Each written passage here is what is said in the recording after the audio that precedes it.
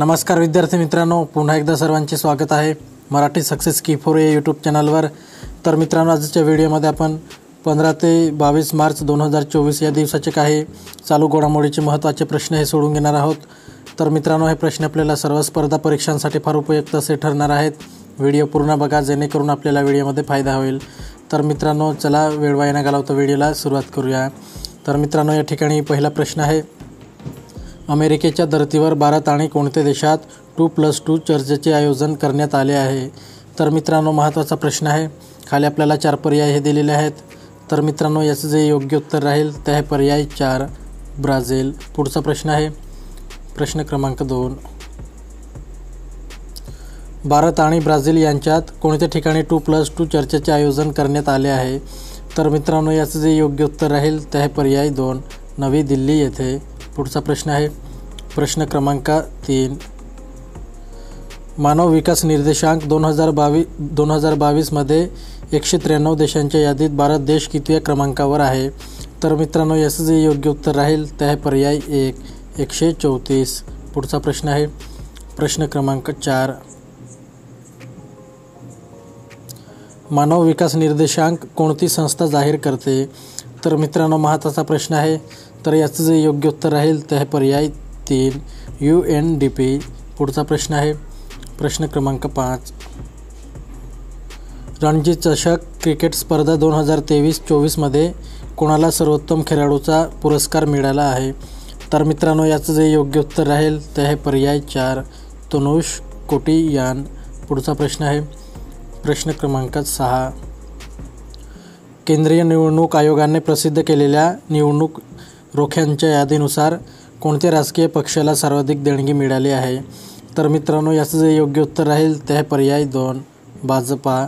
पुढचा प्रश्न आहे प्रश्न क्रमांक 7, जगातील सर्वात ताकदवान यान स्टारशिपची यशस्वी चाचणी कोणत्या खाजगी अवकाश कंपनीने घेतली आहे? तर मित्रांनो, याचं जे योग्य उत्तर राहील ते आहे पर्याय 4 SpaceX। पुढचा प्रश्न आहे प्रश्न क्रमांक 8, SpaceX या खाजगी कंपनीने चाचणी घेतलेल्या स्टारशिप या यानाची उंची किती फूट आहे? तर मित्रांनो, महत्त्वाचा प्रश्न आहे। तर याचं जे योग्य उत्तर राहील ते आहे पर्याय 3 397। पुढचा प्रश्न आहे प्रश्न क्रमांक 9, मानव विकास निर्देशांक 2021 मध्ये भारताचा कितवा क्रमांक होता? तर मित्रांनो, याचं जे योग्य उत्तर राहील ते आहे पर्याय 2 135। पुढचा प्रश्न आहे प्रश्न क्रमांक 10, मानव विकास निर्देशांक 2022 नुसार भारताचे मूल्य किती आहे? तर मित्रांनो, याचं जे योग्य उत्तर राहील ते आहे पर्याय 1 0.644। प्रश्न क्रमांक 11 आहे, लैंगिक असमानता निर्देशांक 2022 मध्ये भारताने किती स्थानांनी प्रगती केली आहे? तर मित्रांनो, याचं जे योग्य उत्तर राहील ते आहे पर्याय 4 14। पुढचा प्रश्न आहे प्रश्न क्रमांक 12, लैंगिक असमानता निर्देशांक 2022 मध्ये भारताचा 193 देशांच्या यादीत कितवा क्रमांक आहे? तर मित्रांनो, याचं जे योग्य उत्तर राहील ते आहे पर्याय 3 108। पुढचा प्रश्न आहे प्रश्न क्रमांक 13, लैंगिक असमानता निर्देशांक 2021 मध्ये भारताचा कितवा क्रमांक होता? तर मित्रांनो, याचं जे योग्य उत्तर राहील ते आहे पर्याय 1 122। पुढचा प्रश्न आहे प्रश्न क्रमांक 14, लैंगिक असमानता निर्देशांक 2022 मध्ये भारताला किती गुण आहेत? तर मित्रांनो, याचं जे योग्य उत्तर राहील ते आहे पर्याय 3 0.437।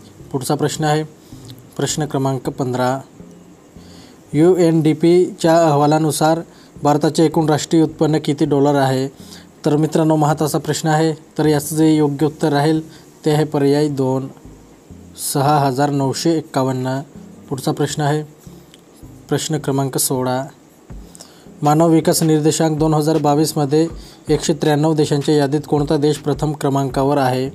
तर मित्रांनो, याचं जे योग्य उत्तर राहील ते आहे पर्याय 2 स्वित्झर्लंड। पुढचा प्रश्न आहे प्रश्न क्रमांक 17, CBSE बोर्डाच्या अध्यक्षपदी कोणाची नियुक्ती करण्यात आली आहे? तर मित्रांनो, महत्त्वाचा प्रश्न आहे। तर याचं जे योग्य उत्तर राहील ते आहे पर्याय 4 राहुल सिंह। पुढचा प्रश्न आहे प्रश्न क्रमांक 18, भारताचे राष्ट्रपती द्रौपदी मुर्मू यांना कोणत्या विद्यापीठाने डॉक्टर ऑफ सिव्हिलला ही मानव पदवी दिली आहे? तर मित्रांनो, याचं जे योग्य उत्तर राहील ते आहे पर्याय 2, मॉरिशस युनिव्हर्सिटी. पुढचा प्रश्न आहे प्रश्न क्रमांक 19. 2025मध्ये चॅम्पियन क्रिकेट करंडक स्पर्धेचे आयोजन कोणत्या देशात करण्यात येणार आहे? तर मित्रांनो, याचं जे योग्य उत्तर राहील ते आहे पर्याय 3, पाकिस्तान. पुढचा प्रश्न आहे प्रश्न क्रमांक 20. कोणत्या राज्याने माजी मुख्यमंत्री BS येदियुरप्पा यांच्यावर पोक्सो कायद्याअंतर्गत गुन्हा दाखल झाला आहे? तर मित्रांनो, याचं जे योग्य उत्तर राहील ते आहे पर्याय 2, कर्नाटक. पुढचा प्रश्न आहे प्रश्न क्रमांक 21. महाराष्ट्र शासनाच्या वस्त्रोद्योग विभागाच्या योजनांचा लाभ घेण्याकरिता कोणते पोर्टल तयार करण्यात येत आहे? तर मित्रांनो, याचं जे योग्य उत्तर राहील ते आहे पर्याय 4, ई-टेक्सटाईल. पुढचा प्रश्न आहे प्रश्न क्रमांक 22. फेब्रुवारी महिन्यात देशाच्या निर्यातीत किती टक्के वाढ झाली आहे? तर मित्रांनो, याचं जे योग्य उत्तर राहील ते आहे पर्याय 2, 11. पुढचा प्रश्न आहे प्रश्न क्रमांक 23. फेब्रुवारी महिन्यात देशाची निर्यात किती अब्ज डॉलरवर गेली आहे? तर मित्रांनो, याचं जे योग्य उत्तर राहील ते आहे पर्याय 1, 41.4. पुढचा प्रश्न आहे प्रश्न क्रमांक 24. फेब्रुवारी महिन्यात भारताची व्यापार तूट किती अब्ज डॉलरवर पोहोचले आहे? तर मित्रांनो, याचं जे योग्य उत्तर राहील ते आहे पर्याय 4, 18. पुढचा प्रश्न आहे प्रश्न क्रमांक 25. भारत देशाच्या आयातीत फेब्रुवारी महिन्यात किती टक्के वाढ झाली आहे? तर मित्रांनो, याचं जे योग्य उत्तर राहील ते आहे पर्याय 2, 12.6. तर मित्रांनो, आपला व्हिडिओ कंप्लीट झालेला आहे. व्हिडिओ आवडला असेल तर व्हिडिओला लाईक करा आणि असेच नवनवीन व्हिडिओ पाहण्यासाठी चॅनलला सुद्धा सबस्क्राईब करून घ्या. तर मित्रांनो, चला पुढच्या व्हिडिओला भेटूयात.